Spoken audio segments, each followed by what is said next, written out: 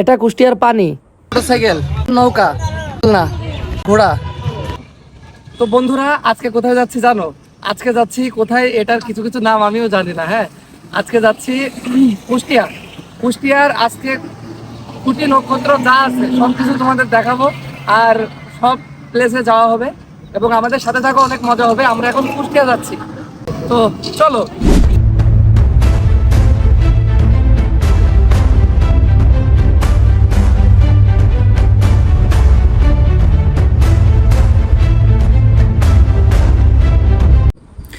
তো আমরা কুষ্টিয়ার উদ্দেশ্যে রওনা দিয়ে দিলাম।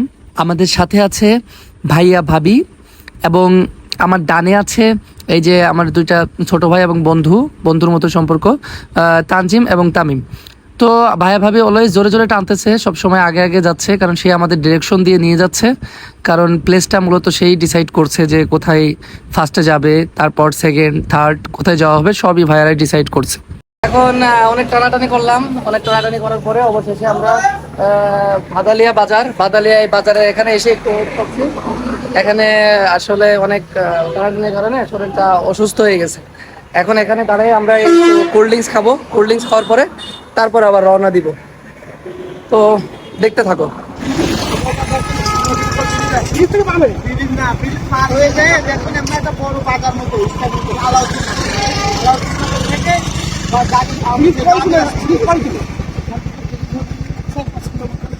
আমি সেই পিছনটা আসছে তো ব্রিজই বুঝতে পাইছি 4-5 কিলো যায়, তারপরে ব্রিজ থেকেও আরো মিনিমাম 3 কিলো। ওরে মা 7 কিলো যাচ্ছে।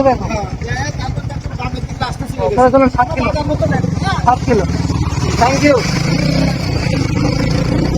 তো আমাদের মনে হচ্ছিল যে আমরা একটু বেশি দূর চলে আসছি, কিন্তু আমরা এখনো কুঠিবাড়ি পাচ্ছি না কেন। এটার জন্য আর কি ওনাকে জিজ্ঞাসা করা হলো যে আসলে আমরা কি ভুল রাস্তায় আসলাম কিনা। তো উনি আমাদেরকে ডিরেকশনটা দিয়ে দিল। উনি আমাদের বললো এখান থেকে আরো 7 কিলো দূরে যেতে হবে। 7 কিলো দূরে গেলে মানে একটা ব্রিজ পড়বে, ব্রিজের পরেই আর কি ওনার বাসা আর কি। এটাই আমাদের ডিরেকশন দিল, তো আমরা সেটার গন্তব্যে যাচ্ছি। তো ফার্স্টে তারা ডিসাইড করলো যে রবীন্দ্রনাথের খুঁটিবাড়ি ফার্স্টে যাবে। ফার্স্টে আমরা এখন যাচ্ছি রবীন্দ্রনাথের কুটিবাড়ি। তো ওই কুটিবাড়ি থেকে তারপরে আমরা দুপুরের লাঞ্চ সারবো, দুপুরের লাঞ্চ সেরে তারপরে যাবো হার্ডিং ব্রিজ। এটাই আর কি ভাইয়া বলল। তো আমরা সেটার গন্তব্যে যাচ্ছি। এখন যাচ্ছি আমরা রবীন্দ্রনাথের কুঠিবাড়ি।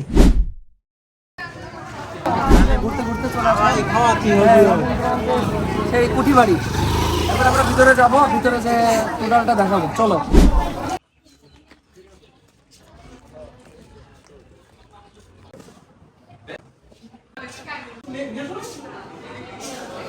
রবীন্দ্রনাথের ঘর, এটা রবীন্দ্রনাথের আলনা এবং পাশে যেটা দেখতেছো এটা রবীন্দ্রনাথের খাট। ইঞ্জিন চালিত না, এটাই সেটা যেটা ইঞ্জিন চালিত সেই নৌকা দেখতেই পাচ্ছ, এটা ইঞ্জিন চালিত আগের নৌকা। রবীন্দ্রনাথ এখানে নাচছে,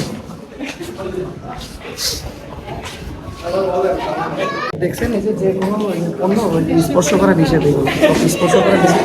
70 বছর বয়সে রবীন্দ্রনাথ ঠাকুর, এটা রবীন্দ্রনাথ ঠাকুরের শ্বশুর বাড়ি, বয়সে রবীন্দ্রনাথ ঠাকুর আছে। রবীন্দ্রনাথ ঠাকুরের বাসায় ভিডিও আছে, কিন্তু এটা সিঁড়িটা অনেক চাপা হয়ে গেছে। সিঁড়িটা প্রচন্ড চাপা, জীবনটা শেষ হয়েছে সিঁড়িটার নাম থেকে গাইস। রবীন্দ্রনাথের আসলে জানি না, বিভিন্ন বয়সের ছবি রবীন্দ্রনাথ ঠাকুরের।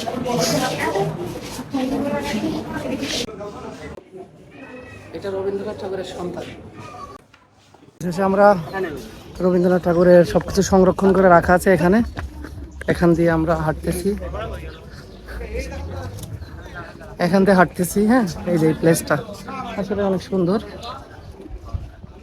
প্লেসটা দিয়ে হাঁটতেছি, দেখতে পাচ্ছ এই প্লেসটা।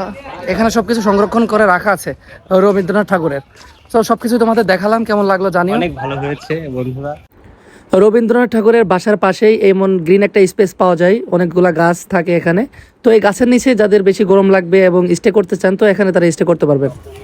তো এটা হচ্ছে যে সবাই এখানে আসে, আসার পরে এটা দেখার পরে অনেক ক্লান্ত হয়ে গেলে এই যে এখানে অনেক বাগান আছে, ওই যে নদী আছে, নদীর ওখানে গিয়ে কিন্তু সবাই ওয়েট করে বসার যায়। আর এই ঘাসের পাড়ে যারা ঘাস প্রেমিক আছো, এখানে এসে এরপরে শুয়ে পড়বা, কোনো সমস্যা নেই। পিঠে হালকা কাদা লাগবে বৃষ্টির সময়, তো তোমরা অন্য সময় আসতে পারবা। খুব সুন্দর প্লেসটা, সুন্দর আছে, সব জায়গায় গ্রিন গ্রিন স্পেসটা আমার সব থেকে ভালো লাগে, আর এটাই ভালো লেগেছে যে গ্রিন স্পেস। তো অবশেষে মুখটা অনেক ঘেমে গেছিলো আর অনেক গরম পড়ছে, তার জন্য আমরা এখানে এসে হাত মুখ ধুলাম। টিস্যু কিন্তু আমি অবশেষে একটা পকেটের মধ্যে রেখে দিয়েছিলাম ফার্স্টের দিকে। তোমরাও যখন আসবে টিস্যু কিন্তু একটা রেখে দিবা, কাজে লাগবে। কারণ গেটের বাইরে যে টিস্যু কিনতে গেলে আবার টিকিট কেটে ঢোকা লাগে। পরে দেখি সবাই ছবি তুলছে এই যে নৌকার সাথে, তো এর জন্য আমিও যাব এবং নৌকার সাথে ছবি তুলবো। দেখি এখানে মনে হয় ছবি এটা পালকি, সরি বন্ধুরা এটা মিস্টেক হয়েছে, এটা পালকি। পালকিতে সবাই ছবি তুলছে, এর জন্য আমি এখানে ছবি তুলতে যাব। তো এটা দেখার পর আমিও পালকিতে গেলাম। পালকিতে যাওয়ার পর অনেকক্ষণ ওয়েট করা লাগলো অবশ্য পালকিতে বসার জন্য, কারণ অনেক ভিড় ছিল। তো অবশেষে আমি এটা বসে অনেকগুলা ফটোশ্যুট করলাম। তো যাই হোক, চলো তোমাদের একটা স্টাইল দেখায়। চলো চলো চলো।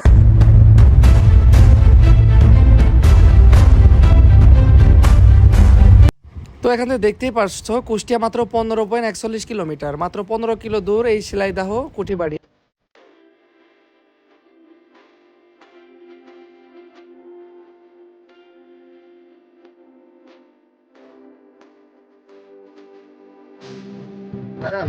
তো অবশেষে অনেক ঘুরলাম, ভাই ভাবি সবাই ছিল, সবার সাথে অনেক ঘুরলাম।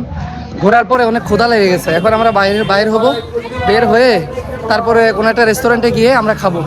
তো চলো। তো আমরা লাঞ্চ করার জন্য চলে আসছিলাম এইখানে। ঘুরতে চলে আসলাম আমরা কোথায় জানো? জেন রেস্তোরাঁ। এটা কিন্তু ওই জেন না, যে জেন মনে করতেছো ওই জেন রেস্তোরাঁ। ওকে, গার্ডেন হবে। তো এখান থেকে আমরা মূলত লাঞ্চ করব। লাঞ্চ করে তারপরে আমরা নেক্সট গন্তব্যে যাব। তো দেখতে থাকো। তো ভাই আমাদের ডিরেকশন দিয়ে নিয়ে যাচ্ছে, ভাইয়া সবার আগে আগে থাকছে এর জন্য, কারণ মূলত ভাইয়া মূলত আমাদের ডিরেকশন দিচ্ছে এটা নিয়ে যাওয়ার জন্য, ভাই ভাবি। আর সাথে আছে ওই যে ওই দুইটা।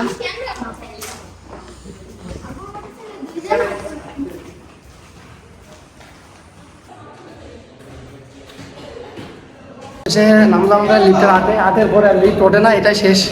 লিফট পরে এখন আমাদের 2 তলা হেঁটে হেঁটে উপরে ওঠা লাগছে। বাবা গো,